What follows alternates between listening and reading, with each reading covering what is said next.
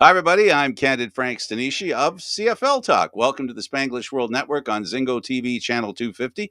Please remember to download the Zingo TV app at the respective app stores for iOS and Android devices.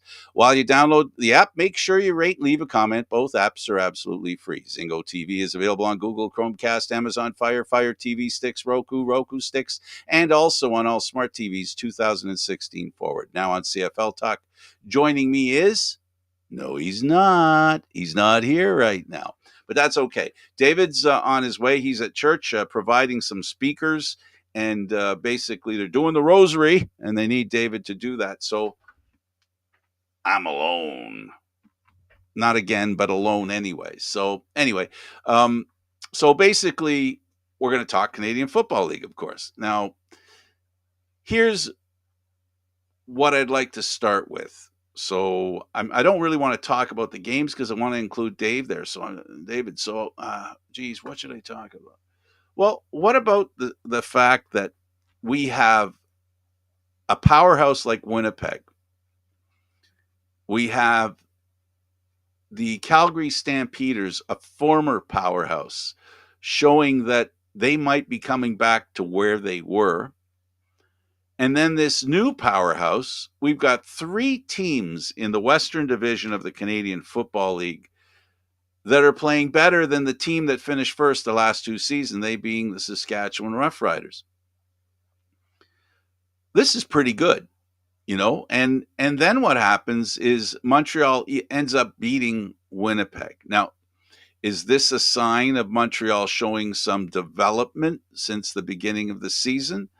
An ability to play really good football and win against literally the best team in the league for the past 2 years? Is this something that's on the horizon? And then we have other teams on the other end. We have the Edmonton Elks, who have had nothing but problems out of the gate. The Saskatchewan, I talked about, the Rough Riders were finished first twice, two times, right? The last two seasons, and now they're hard pressed in fourth. The Eastern Division has the Hamilton Tiger Cats, the dominant team over the past few years. Yes, Toronto last year finished first. There was a hint that Hamilton might be not as good as they've been in the past. And then, of course, there's Ottawa, a team that since the beginning of the year, I've talked about how good a team they are and how they'll probably be a better team this year. They've had trouble winning games. I think part of the issue, in fairness to them, is they lost their number one quarterback. And what we've learned in the Canadian Football League is that if you have a really good quarterback, there's a great chance that you're going to win. And all the teams that are doing real well, the first three teams in the West, you've got Bo Levi Mitchell playing to the ability that he's previously had. Maybe not 100% as good as he's been in the past, but he's, 80, 85% of who he was at his best. You've got this kid that Rourke that man, he just exploded onto the scene, and he's shown us the kind of player he can be. And then, of course, you've got Caleros. Saskatchewan has a quarterback that's hurting a little bit, has a knee brace that's a little wonky. But in the last game, it looks like his health is back, and they beat Edmonton. So in the West, the quarterbacking is a little better than average. In fact, it's above average. If we look at the East, there's where we have an issue with Mazzoli hurt, with McLeod Bethel Thompson not having the ability to make the big plays often enough to win, to dry up at points in the game, whether it's him, the offense, execution, the players other than the quarterback that make up the offense. It's still the fact that the Toronto Argonauts cannot score at will, which is what teams that are championship caliber can do. We see it in BC. We see it even in Calgary. And of course, we see it in Winnipeg. And we saw it with the Montreal Alouettes in defeating the Winnipeg Blue Bombers. The Bombers are a team, obviously, that, you know, you've got these games, we call them trap games. Every game for them is a trap game now, or at least was. 9-0 is a really good stat, right? To get there, it's really hard, and you're bound to lose. There haven't been many teams in pro football that basically win every game during the season, and sometimes it works against you when it comes to the playoffs because that target looms even larger. So, we've got great quarterbacks. One on the sidelines in Mazzoli. I think I'm willing to call him a great quarterback. Um, a little better than the starter, if I can use that term. In Montreal, they've got Harris, who is clearly a quarterback who has been consistently productive. There have been questions about, the red zone, about scoring in close. Well, the game against Winnipeg, he did enough to beat Winnipeg. So that's pretty good stuff. So the good thing about being a quarterback in the Canadian Football League is that you can get a job and not worry about being one of the best quarterbacks around. That's not a good thing for the league. The league somehow, at least this year, thanks to the kid, looks like they have new blood. The old bloods come in like, both Harris and, of course, Bo Levi Mitchell have bounced back this year to have pretty good seasons. If Mazzoli was around, it would have been a really good season. I'm just wondering, when it comes to the quarterbacks in the Canadian Football League, how important is it that the league does something to ensure that teams have a really good quarterback? I understand about the cap. I understand about it. It's a necessity. It's a financial obligation that needs to be met by every team for the good of every team. But there's something to be said for bringing in quarterbacks that are stars. Look what happened yesterday. Not yesterday, the other day. In the game, I watched the Calgary BC game today. And anyway, what happened in that game? What did we see? We saw two quarterbacks going at it. That's what the Canadian Football League needs to be. They need to be a league where the competition between quarterbacks, no matter how good the quarterback is on the other side, the quarterback on this side needs to be competitive. If that isn't the case, we end up with those games like 43-4. So how do we end up with quarterbacks that are stars, not just starters? I think it's time now that they do something to ensure that there's money there to bring in quarterbacks. It's time for the league, I think, to do something to make sure that teams can bring in great quarterbacks. Because there is, I think, a conscious effort to not be able to pay a quarterback more than, I'm just throwing a number out there, $400,000 or $500,000. They're paying quarterbacks $300,000-$400,000 who aren't stars. Now, maybe if they were able to pay a little bit more, maybe the competition for quarterback would rise in the Canadian Football League. Maybe, just maybe, if you were the Argos and you had a little more money to spend on a quarterback, you might not have traded Collaros to Winnipeg. You might have kept him, but you decided, because of finances, I'm suggesting this is a possibility, that you have to make a conscious decision to be cognizant of the fact that you have a cap, and that cap dictates to you what you have to do, right? As far as what quarterback you bring in, what quarterback you pay, and what quarterback you have. Now, admittedly, if you're the Argos and you're the BC Lions, you go into this season both thinking you've got the quarterback that can take you where you need to go. A bit of a difference between Rourke and Thompson. A little bit of a difference. It's called production. And that production is about offense, and that offense is about entertainment. We all know defense wins championship or championships. Offense is what sells tickets. So we have to have entertaining football. And the best way to create entertaining football is to have better quarterbacks in the league. If it means spending a little bit more money, then so be it, I think has to be the case. What happens, and I've said this on the show, and as you know, I cover the Argos, and I've been an Argo fan in my time. I still am an Argo fan, admittedly. I still pull for the Toronto Argonauts. They're the team in my town. But I'd love to see BC win the Grey Cup. The reason I say I'd love to see BC win the Grey Cup in the next couple of years, because either way, whether this kid Rourke wins a Grey Cup or not, he probably is going to be gone.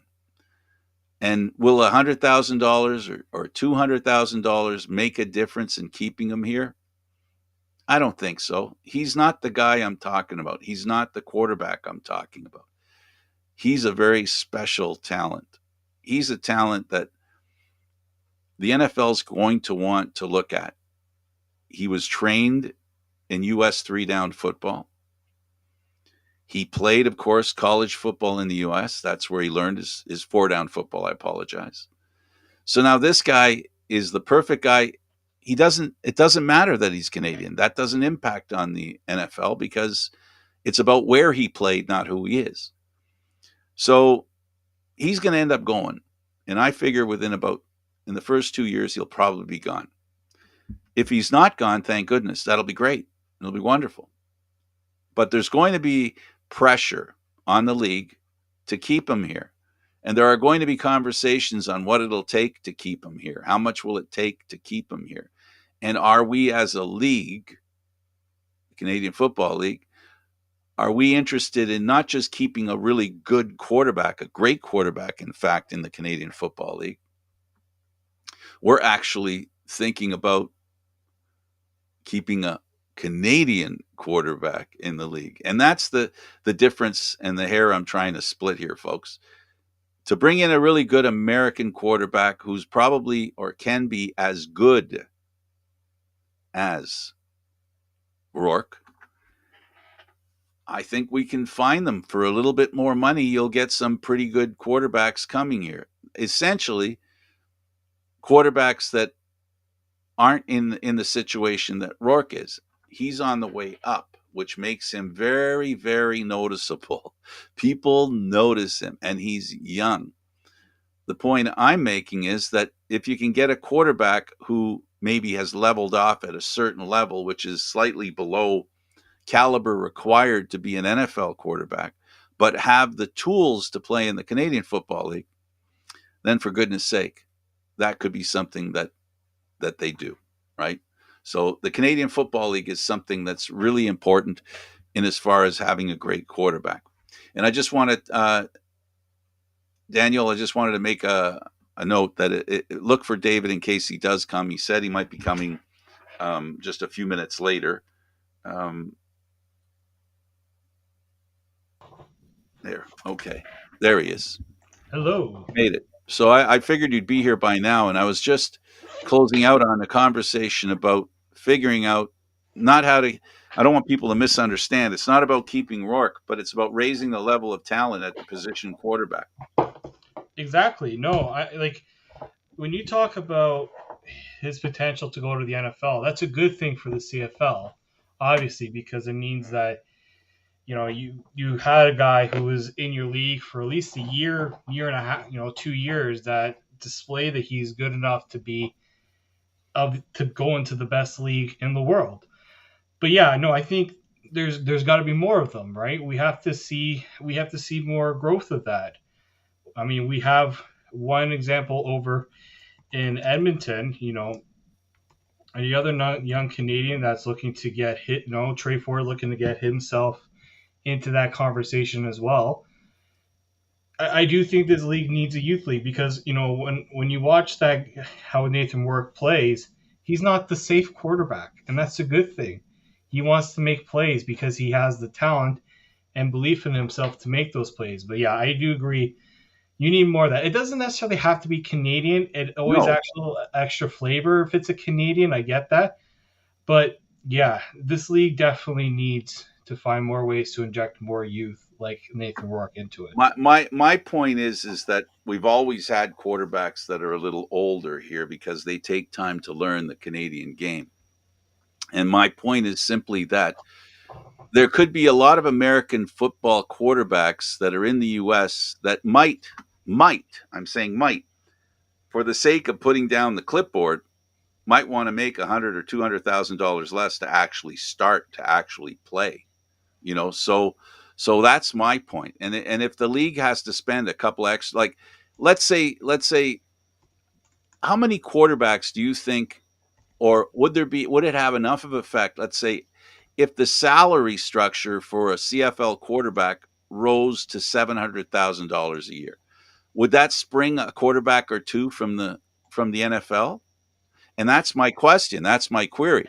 The point is, again, that there are quarterbacks that don't have to be as good as Rourke, today, but who have leveled off enough that the NFL goes, well, he's not really an NFL quarterback, and the message, the writing is on the wall. The quarterback feels it. That's in the NFL. He feels he's not going to cut it in the NFL long term, and now he's holding a clipboard. He doesn't see putting down the clipboard. That's the guy I'm looking for. And there might be, at least for another couple of $100,000, there might be two or three quarterbacks like that would fit in to the CFL way of playing, because I've grown very, very sure now. It's becoming abundantly clear. We've talked about quarterbacks being the key of the Canadian Football League. We're seeing it. We saw it in the game between BC In and, Calgary. and Calgary. We Um, see it. We saw it, but in the game between Winnipeg, right, and Montreal, Harris proved that he could keep up with Caleros with a decent defense. well, even when Trey Ford making his first ever start against Hamilton against a CFL starting veteran quarterback in Dane Evans, and Trey Ford went toe to toe with him. Of course, his team played a big part of it, but that's the thing, Yeah, right? These young guys, we have another one here in Toronto, and Chad Kelly, who's has. I understand he's young; he's got to get used to the Canadian style of game, but at the same time, absolutely. he's played NFL preseason games. He's played high level in college, so the talent is there. I don't, that's the part I'm struggling with at times where, yeah, you don't want to throw a young kid in there like Trey Ford who just came out of university and hasn't played at the professional level. But if a guy played in professional football in the NFL, I understand the NFL and the CFL are totally different when it comes to the rules and reading the fields and all those things.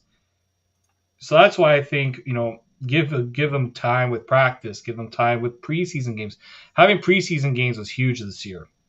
Having that ability to not just get thrown into a regular season game like the last little while, that's a huge difference for a lot of these quarterbacks right now.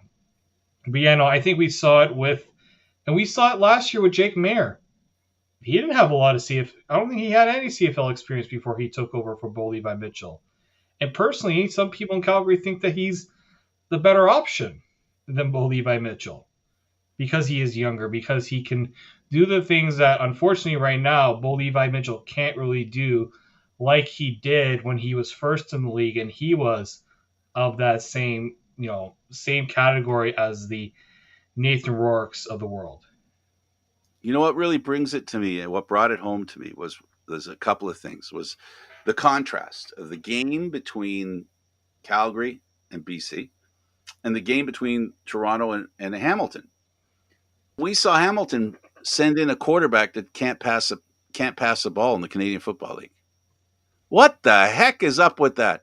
Congratulations, Hamilton, for winning the game. Congratulations to the defense for doing a great job. Congratulations to Matt Schultz, who came back from being injured and helped the team march down the field and get a touchdown. But my point is, how do we end up with a quarterback in the Canadian Football League playing a game and can't pass? What does that not tell you the depth of the Canadian Football League? Is there's something wrong with the depth of quarterbacks in the Canadian Football League? I think you're totally bang on about that because when I was watching that game, yeah, he was getting some yardage. With he reminded me a lot of like Chris Strevler in a way, Absolutely. right? A guy Who's who doing can, well in the NFL. So this is not saying that he's not a good player, but we're he, talking about Canadian Football League quarterbacks and what they need to be. yeah, you need to be able to pass in this league. Unfortunately, you can eventually the defense is going to read you and going to figure it out. It's not too difficult to realize. Okay, he's not going to try to pass it. We're going to go for they can stack the box and play the run just like they do any team that has a good running back. Like if Matt Schultz did not come back into that game, Hamilton would have lost that game because Absolutely. I don't think Newman had the ability really to drive down the field because that's not what he's been asked to do. He hasn't been. That's not what he's probably practiced, right? And that's Essentially, what he did, David, was keep them in the game, and good for him. He did his job. he But did. what I'm saying is that that's not the job that the fans want to see. That's not what makes Canadian Football League football. It's not football the way we need to see it. I'm talking about what the way we need to see it, not the way I want to see it, not the way it is or isn't, but the way we need to see it. What we saw with Winnipeg and BC is what the Canadian Football League, that was everything I want to see in the Canadian Football League. Great scoring, great quarterbacking. Because with only three downs, you got to have a quarterback that can get you a first down. You were talking about Rourke and him not being, whatever. But what he is he's a guy who makes plays so that he doesn't two and out. You know, that's the whole point. That's the kind of quarterback he is. He makes the big play so that you don't have to witness it two and out. It's hard. It's hard on Canadian Football League quarterbacks to march down the field. They only get two downs to do it. Yeah, three if you have a coach that's willing to Oh, there you be a go. little aggressive. But One that here's what believes in their short yardage gain team. here's something about Nathan Rourke that really impresses me. I talked about last week the percentage. It went down just a tad. It's at 80%. It was Oh, 81.3. He he has 23 touchdowns this season in 8 games. Zach Collaros has 18, but he has played two more games. He's played 10. yep. Next on the list, you're gonna laugh when you hear this. Next on the list is McLeod Bethel Thompson, the Toronto Argonauts offense that is allergic to scoring touchdowns right now. He has 10. 10. My point. You're just adding fuel to the fire that I've lit, and that is that there is a lack of depth in quarterbacking in the Canadian Football League. Yeah, I truly think that a lot of when we talk about the issues of the offenses in the CFL, I hate to say it, but it's a lot of teams that are too conservative with their play calling because some of them do not trust their quarterbacks enough to make those plays. BC trusts Nathan Rourke to make those plays. That's why he's got you know six more inter you know five more interceptions than Collaros, who's played more games, and 13 more than the guy who has played the same amount of games. There's a reason for that. It's because the coach has faith in him, and Nathan Rourke likely does not want to settle for 3 points on a drive that he's going down the field. He is going to score touchdowns because that's his upbringing. He knows he has the talent to do that, and that's something the CFL has lost. Quarterbacks that can throw touchdowns because we're not seeing that right now. And so as to not, I want to be very careful here that I don't want to make it sound like it's the quarterbacks in the league that are a problem. They're not. The ones that are in the league are not the problem. It's the ones that aren't in the league that's the problem. Um, and and also what you said, if if they don't have if the offense doesn't have faith in the quarterback, they're just admitting the problem that we're talking about, and that is that does a couple of $100,000 more improve football teams in the Canadian Football League as far as quarterback is concerned? That's my ask, because I don't think it's a question of bringing in quarterbacks for $1 million. Like I said, There's quarterbacks out there, I think, in the NFL. I repeat, and I hope it's true anyway, that for a couple of $100,000 more would come to the Canadian Football League. Um, I think what the Canadian Football League has is this terrible situation where the imbalance at the position in quarterback is something that is hard to overcome for teams. It's hard to overcome.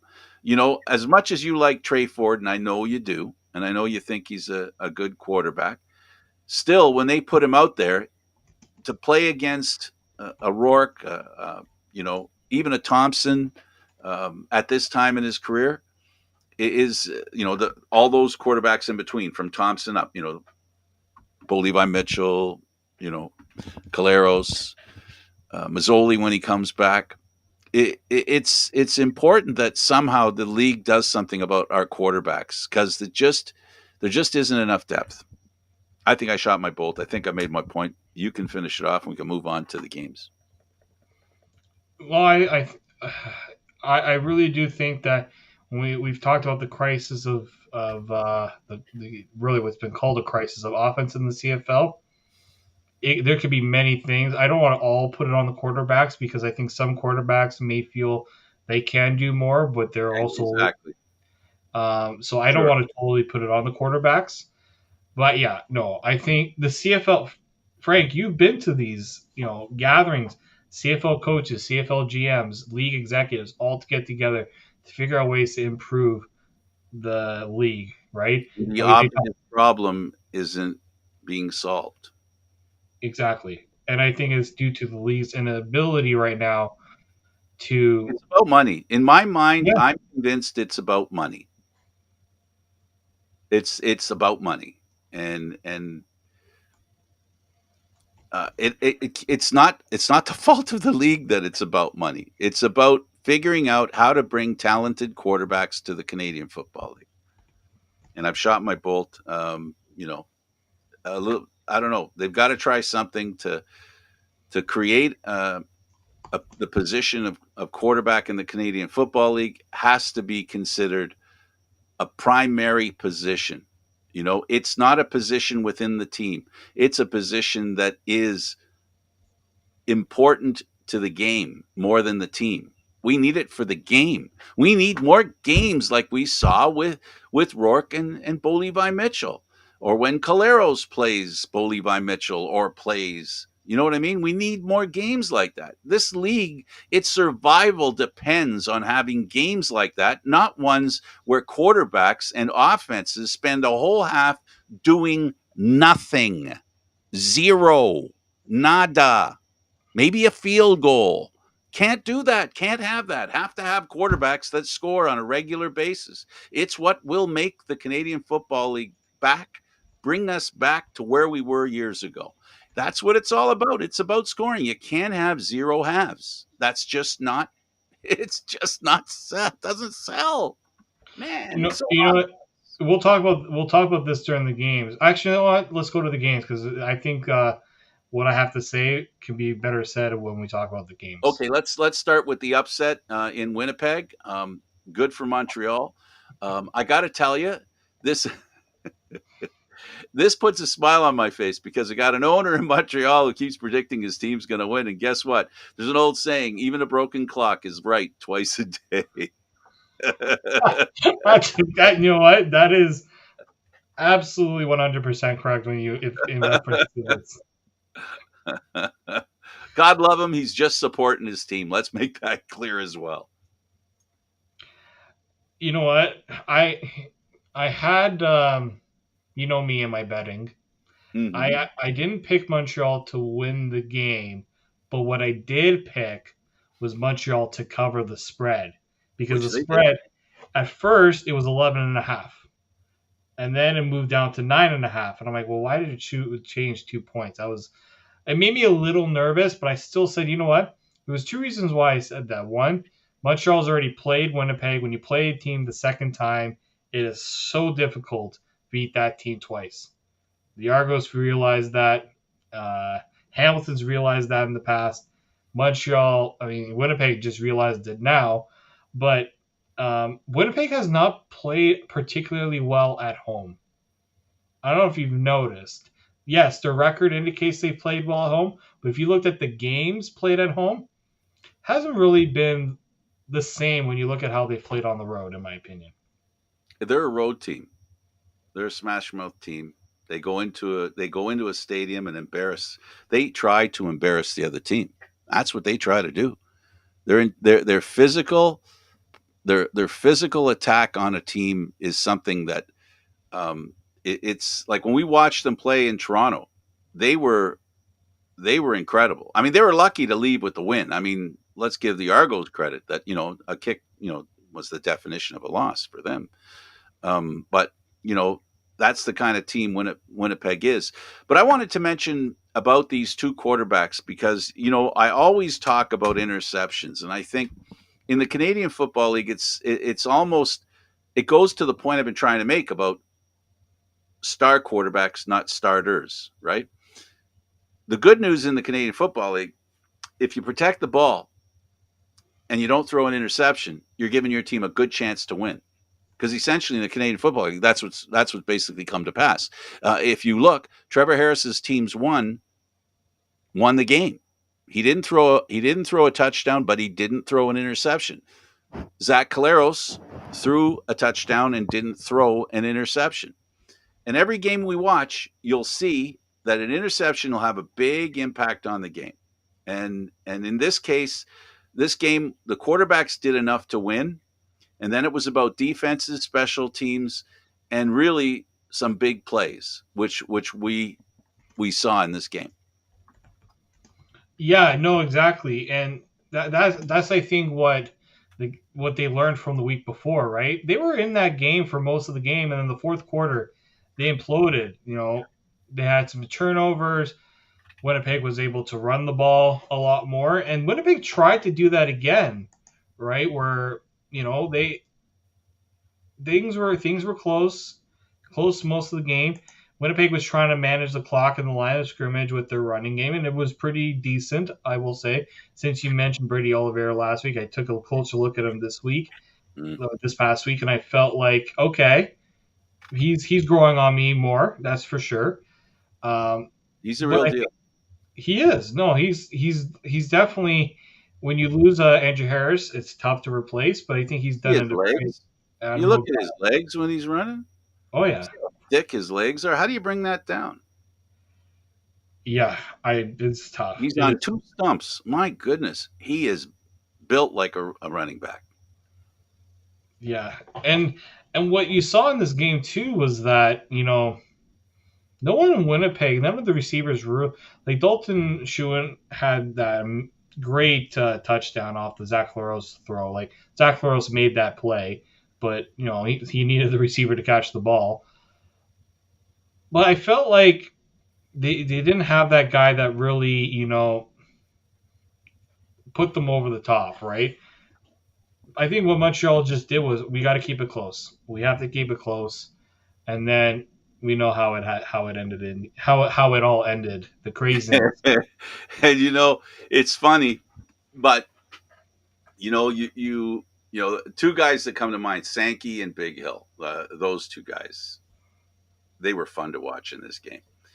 But what it came down to is it's funny, that it came down to Winnipeg making mistakes. I mean, they're the team that waits on you to make mistakes. And it turned out they made the mistakes, missing a field goal, hitting a goal post.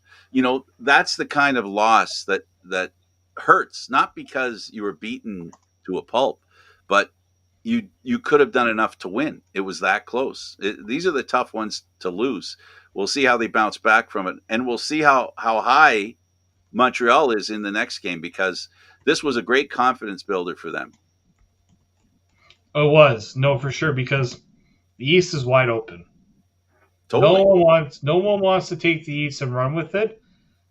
This is a game where Montreal can say, why can't I? Why can't we? We just beat the defending champs who are 9-0, and nobody thought that we were going to be the ones to be. I didn't pick Montreal to end the streak, so that's that for them. That's huge. that that only only two teams are going to get in the playoffs if things continue the way they're going, and guaranteed the second place team with an 8-10 record. The second place team in this division can have an 8-10 record and get to the playoffs. I So if do you look no, I totally believe that. if you look at the records of the teams, every one of them could reach that point. Ottawa's making it harder to believe, but the other three for sure. I also think that when you look at a game like this, it just shows that in one game, it doesn't matter what a team has done all season, one game can define a season in a way. Winnipeg could have gone 18-0. Montreal would just think it's one game that we need to win. Right. And I think that's been the mantra of the East over the last few years.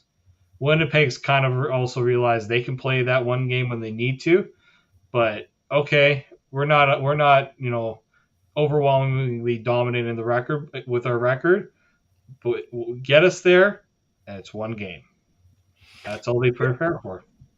I'll add to what you're saying is that you have the Calgary effect, where Calgary lost a couple of Grey Cups they should have won. And I think it affected their confidence during the season and affected their confidence in the playoffs. Um, this now, I'm not suggesting that this is going to cause Winnipeg to go, jump in a hole, but it does when they end up playing the big games. If they start getting in their own heads where they blow games like this, because this is not what Winnipeg does. This is something new. This is going back 3 years. This is what the Winnipeg team before Caleros arrived. This is what they would do. They would lose games in a really terrible fashion, right? In a way that was not very good. So I'm not saying they're going back to those days, but what I am saying is that they know those days exist, and that's something you can get in your own head, and that's why I'm talking about Montreal. They can get in their own head too and say we can beat anybody. They proved it. And they proved that Winnipeg's beatable. For a long time, people thought Absolutely. Winnipeg was. I thought Winnipeg was a bit vulnerable. I didn't think they were a true 9-0 team because they hadn't really been dominating a lot of games. They've been close and they've been winning the close games. So to me, Montreal finally proved that hey, this is not a team that we should be scared of. This is a team that we think that we can beat, and they had the right approach in this game. Absolutely. While a 7-3 record isn't bad, it's a good record.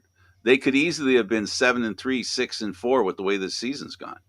They lose that game against Toronto, where Toronto misses a. There Ottawa. have been games, Ottawa. There have been games that they've won barely, that they weren't the better team. They were the better team at the end when the points were totaled, but they weren't really the better team in the game. They could easily be 7-3, 6-4. But that's something we can say about every team, every sport, every game, and that's what defines winners. Winners win when winning's an opportunity. When you have an opportunity to win, you do. That's what you do. We've seen the Argos. On the other hand, they played Hamilton. We'll move on to them. So Winnipeg loses to Montreal 20-17. The Argos lose to Hamilton to 34-27. We talked a little bit about. It really was shameful. The second half was shameful. They could not score a touchdown. They score a touchdown in the second half. This game's totally different. They couldn't do it. No, and it went and what the Argos. People have been wondering what are the Argos. It's tough to figure out what the Argos are. I say it's really they are an inconsistent team. Really, I think the only consistent part has been really the defense. Up until that game, the defense had only allowed more than 30 points to this point of the season twice. The most consistent unit of that team, in my opinion. And on offense, you have an offense that, as you said, can't score touchdowns, but they also can't sustain long drives. If you look Not at in some that of their game. drives, Not in that game in the second half. and I think in other games too, they really can't drive down the field and finish that drive with a touchdown. They have to get a penalty in some cases. They have to hope that they get along. I mean, look, you need big plays to move down the field. I get that, but we're not seeing the true in a way you're not seeing a start to finish sort of drive where sometimes you're going to start backed up in your own zone. It happens. Can you now drive down the field and finish it off with a touchdown? They really haven't done a whole lot of that. And Hamilton wasn't really doing it either. But what happened with They were Hamilton given was time. They were given time and ball possession time. And they weren't marching down the field. They were crawling down the field. They were running down the field 5, 6, 7, 8 yards at a time. exactly. And then Hamilton, they what also they did was they took advantage of a mismatch in the matchups on the field. Sean Amos, if you looked at that, the first play where it looked like they were going to get an interception in their own end zone ended up being called for a penalty because he felt like he got beat on coverage there and he needed to take the penalty. On the touchdown, the 60-yard touchdown that Hamilton got, he just simply got beat by the receiver, and that's what Hamilton did. They picked on that matchup. They decided to heck with this short yard stuff. We're gonna throw one down the field, and Matthew And Schultz has the Argos number. uh, he's I'm always had. convinced that if you play Matthew Schultz the rest of these games against the Argos, they're gonna have a tough time. He's an inventive kind of player. He's a big play quarterback. Um, Always liked him in Montreal. He was the heir apparent in Montreal, but with the bringing in of Harris, it basically made him expendable. And but he proved that he also can be a short yardage guy too. He made some plays there that were necessary for Hamilton to grind their way down the field. And we talk and football players talk about chopping wood. This is a Hamilton team that chopped wood really well, and this is a team that wanted to win more than their opponent, and they showed it. They worked really hard and they rose above adversity. You know, if someone thinks that I'm criticizing Jamie Newman because of his quarterbacking skills when I referred to quarterbacks, I want to make this point, and this I think will tell the whole story. He threw two passes for completions. David, are you ready for this? For 4 yards. Two completions for 4 yards. The only thing I'll say to that, me eventually, get your timing and get all those things. It didn't. It just didn't look like it was gonna get there. When, That's when not you Canadian Football League football. when you look at this game, also Hamilton showed why they should be running the ball more. This game would Absolutely. further prove that Hamilton should be running the ball more than they actually do. Don Jackson is a good running back who I think gets underused big time. He only had 7 carries and he averaged 6.6 yards a carry. Well, that's Tommy not bad. Condell, no, Tommy Condell, who used to be the offensive coordinator in Toronto, was back in For Hamilton. a time. Someone's got to tell this guy. You got two really good running backs in Don Jackson and Sean Thomas Erlington. You could have both those guys on that touchdown, on the winning touchdown. Yeah, both the running backs running opposite misdirection there. Everyone went to Don Jackson. Sean Thomas Erlington's like, okay, thank you. I'll take this for the touchdown. Absolutely. They have that ability. I understand you want to make plays through the air, and that's what makes the CFL. But it's a lot easier when you have a running game that other teams have to be worried about. And they And and they and they proved that they could do enough to win, and the Argos couldn't stop them. And Hamilton deserves a lot of credit for what they did. So Hamilton wins that game, and good for them. 34-27 over the Argos. Um, I tell you, it's always an interesting game between them. And now the Argos have a game that they're going to be playing against Calgary come up, and then they're going to go back to Hamilton. And if I'm not mistaken, I think Hamilton has. I'm going to look here. I think they have a. Nope, they don't have a bye. They play Montreal this week.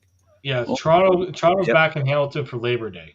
that's right. A week off. Well, not week off for playing Hamilton, but they're going to be playing Calgary. So, That's so not a week off at all.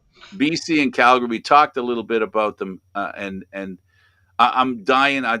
This kid. I mean, Rourke keeps 400 plus yards again. And he could have had 500, except that the clock kind of wound down and they needed the field goal to win. If he was forced to go for the touchdown and he had succeeded, he would have made 500 yards. Imagine. Unbelievable. It's just unbelievable. But like, if you're the Argos right now, you're first place, but they constantly said they're not playing their best. Well, at what point are you going to play your best? Because this is what happened last season. We can be better. We haven't played to our full potential yet. East final comes around, and Hamilton's just like, well, we're finding a way to play our best, and now we're off to the Grey Cup. You have like the if I'm Ryan Dinwiddie right now, I'm figuring out is this the best I have with this team based on everything I have, or is there another gear that this team isn't reaching and I have to help them find it? I think that's a serious question he has to ask is this Argos team right now. Well, they have a problem with execution. They have a problem. You know, this is only as an observer do I know it for a fact. We can have a debate about it, but I don't think this coach Dinwiddie has confidence in his offense. He definitely doesn't have confidence in his short yardage game. I thought he acquired it because the last game they showed they could do it, but this game they quickly fell into that category again, and it seems to me that more often than not, you know, I understand and I've seen some great posts by some Argo fans who talk about being patient with Dinwiddie. You know how he's only been a quarterback for a little. Coach for a little while. He was a quarterback coach. He deserves patience. I get it, but some of the mental errors that the coach is making are costing this team games.